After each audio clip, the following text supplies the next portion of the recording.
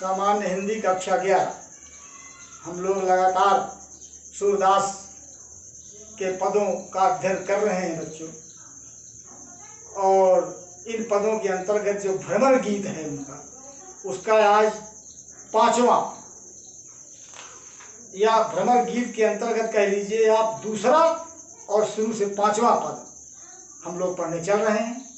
आइए देखिए, बहुत अच्छा पद है और वियोग श्रृंगार से लबालब पूरित ये पद है। वियोग श्रृंगार रस, इसमें किसी भी जगह ऐसी कोई जगह खाली बचती नहीं जहाँ पर वियोग श्रृंगार न मिल रहा हो इसमें। आइए देखिए क्या है, क्या स्थिति हो गई। श्री कृष्ण मथुरा चले गए हैं, गोपिकाएं यहाँ ब्रज में बेहाल हैं, वियोग में तड़प रही हैं। केवल गोपिकाएं ही नहीं, जड़ जंगम, लता पत्र, वनस्पति सब बेहाल है। किसके बिना?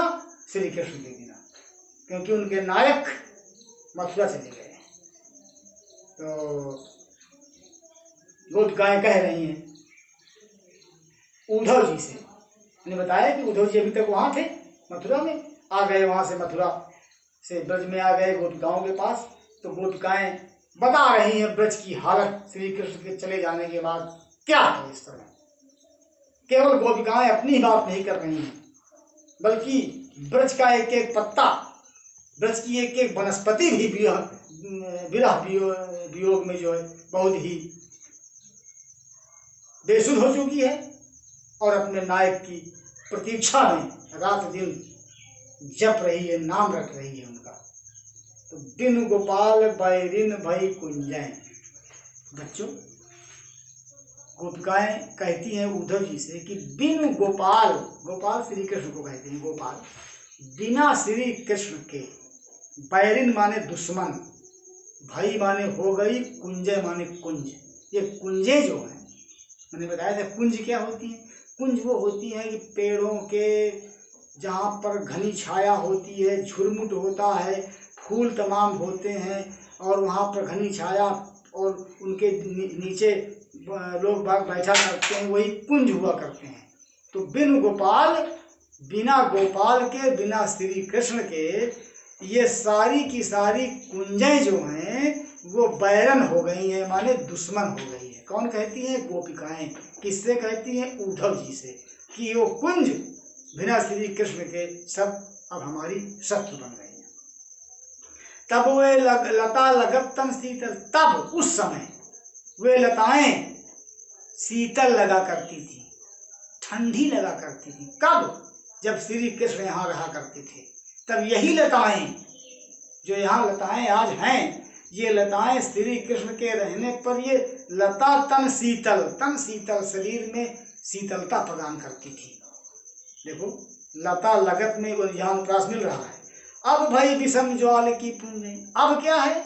विषम विकराल ज्वाल माने आग की पुंज बन गई है, ढेर बन गई है वही लताएं।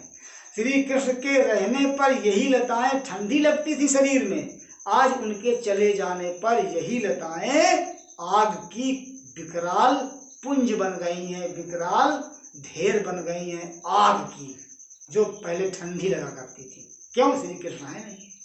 मैंने आपसे बताया था इसके पूर्ववर्ती व्याख्यानों में कि संयोगावस्था की सुखदायी चीज वियोगावस्था में एकदम विपरीत प्रभाव डालती है।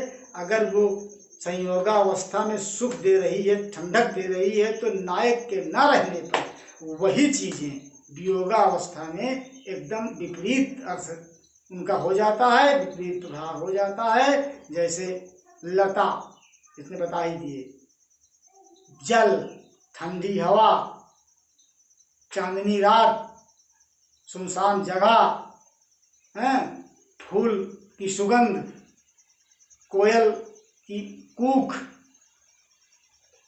ये सब चीजें मिल करके संयोगावस्था में तो उस अवस्था में संयोग और श्रृंगार की वृद्धि कर देती हैं। लेकिन नायक के न रहने पर जब नायिका अकेले रहती है तो यही चीजें नायिका के विरह को कई गुना ज्यादा तीव्र कर दिया करती है। वही ये बता रही हैं कि श्री कृष्ण के रहने पर यही लताएं शरीर में बहुत ठंडा प्रभाव डालती थी, लेकिन अब ये सब विकराल आग की ढेर बन गई हैं।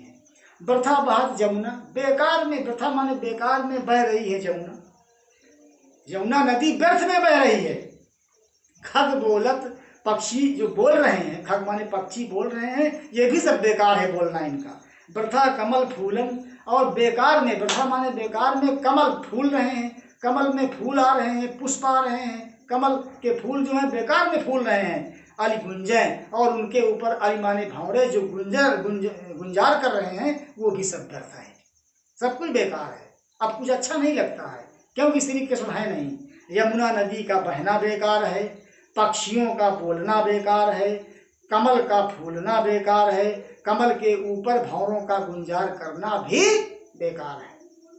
पवन हवा, पान पानी, घनसार कपूर, घनसार माने कपूर, सजीवन संजीवनी, दधिसुत किरण, दधिसुत माने चंद्रमा की, किरण माने किरणें, ये सब चीजें क्या हो गई हैं, क्या हो गई हैं? भानु भाई, ये भानु माने सूर्य हो गई हैं। सूर्य गर्म होता है, ये जितनी चीजें यहाँ जिनकी गणना की गई ये सब ठंडी होती हैं। पवन ठंडी होती है, पान जो है, पानी जो है ये ठंडा होता है, घनसार कपूर जो है ये भी ठंडा होता है, संजीवनी जो है ये जीवन वर्धक होती है, जीवनदायी होती है, ये भी ठंड होती है।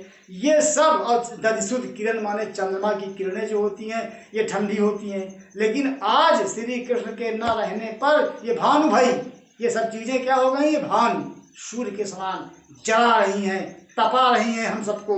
अब भूंजें, हमको भूंजे डाल रही हैं। जैसे भूंजा जाता है ना, उसी प्रकार से आग में जैसे भूंजा जाता है दाना को, उसी प्रकार से ये ठंडी वाली चीज़ें जब जो ठंडी होती हैं श्री कृष्ण के ना रहने पर, ये अब सूर्य के समान तपाती हुई हमको भूंजे डाल रही है।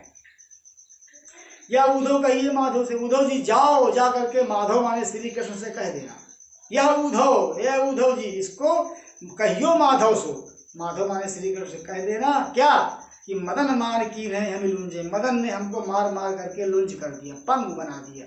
मदन माने कामदेव, कामदेव का नाम मदन है। मदन ने मार करके कीन्हे कर दिया, हम माने हमको लुंजे माने लुंज माने जो चल ना पाता हो, जिसके हाथ पैर सब तोड़ दिए गए हों, जो बिल्कुल अब असहाय हो गया हो। तो श्री कृष्ण के चले जाने के बाद मदन ने हमको इतना परेशान करके मार दिया है कि हम लोग अब चल फिर नहीं सकती, हम लोग विकलांग हो गए हैं, लुंज हो गई हैं। ये संदेशा जा करके उद्धव जी तुम भगवान श्री कृष्ण से कह देना।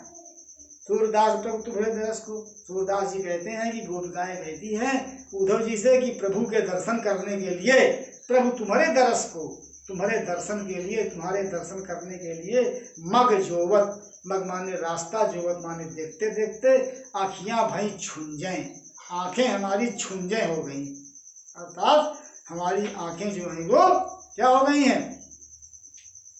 निस्तेज या वो प्रकाशहीन, समझो। अब आँखों की जो रोशनी है वो देखते देखते देखते देखते देखते देखते रास्ता कि श्री कृष्ण आ रहे हैं, दर्शन हो रहा है, देखते देखते एकटक देखते देखते आंखें भी कमजोर हो गई हैं, छुंजे माने कमजोर हो गई हैं, दृष्टि कमजोर हो गई है, अब हमको दिखाई भी नहीं पड़ता है। मदन ने मार करके हमको लुंज कर दिया, आंखों से भी हमको दिखाई नहीं पड़ता, क्योंकि हम एकटक भगवान श्री कृष्ण के दर्शन के लिए उनके मग को, रास्ता को जोवत माने देखती रहती है कि भगवान श्री कृष्ण आ रहे हैं।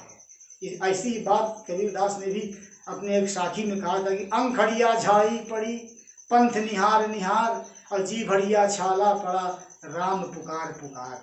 कबीरदास की तो आंखों में झाई पड़ गई थी, पर्दा पड़ गया था, आंखें जो उनकी कुछ दिखाई नहीं पड़ता था, रास्ता देखते देखते, भगवान का रास्ता देखते देखते, और राम का नाम लेते लेते जीभ में छाला पड़ गया था कबीरदास की।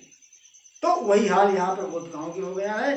तो वही कहती हैं कि श्री कृष्ण से जाकर के आप बता देना कि तुम्हारे दर्शन करने के लिए ये गोपिकाएं जितनी हैं, ये सब इनकी आंखें रास्ता देखते देखते सब दृष्टिहीन हो गई हैं, सबकी आंखों की ज्योति जो है वो बंद पड़ गई है और वो अब देख नहीं पा रही हैं भगवान, और आपकी प्रतीक्षा कर रही हैं बच्चों।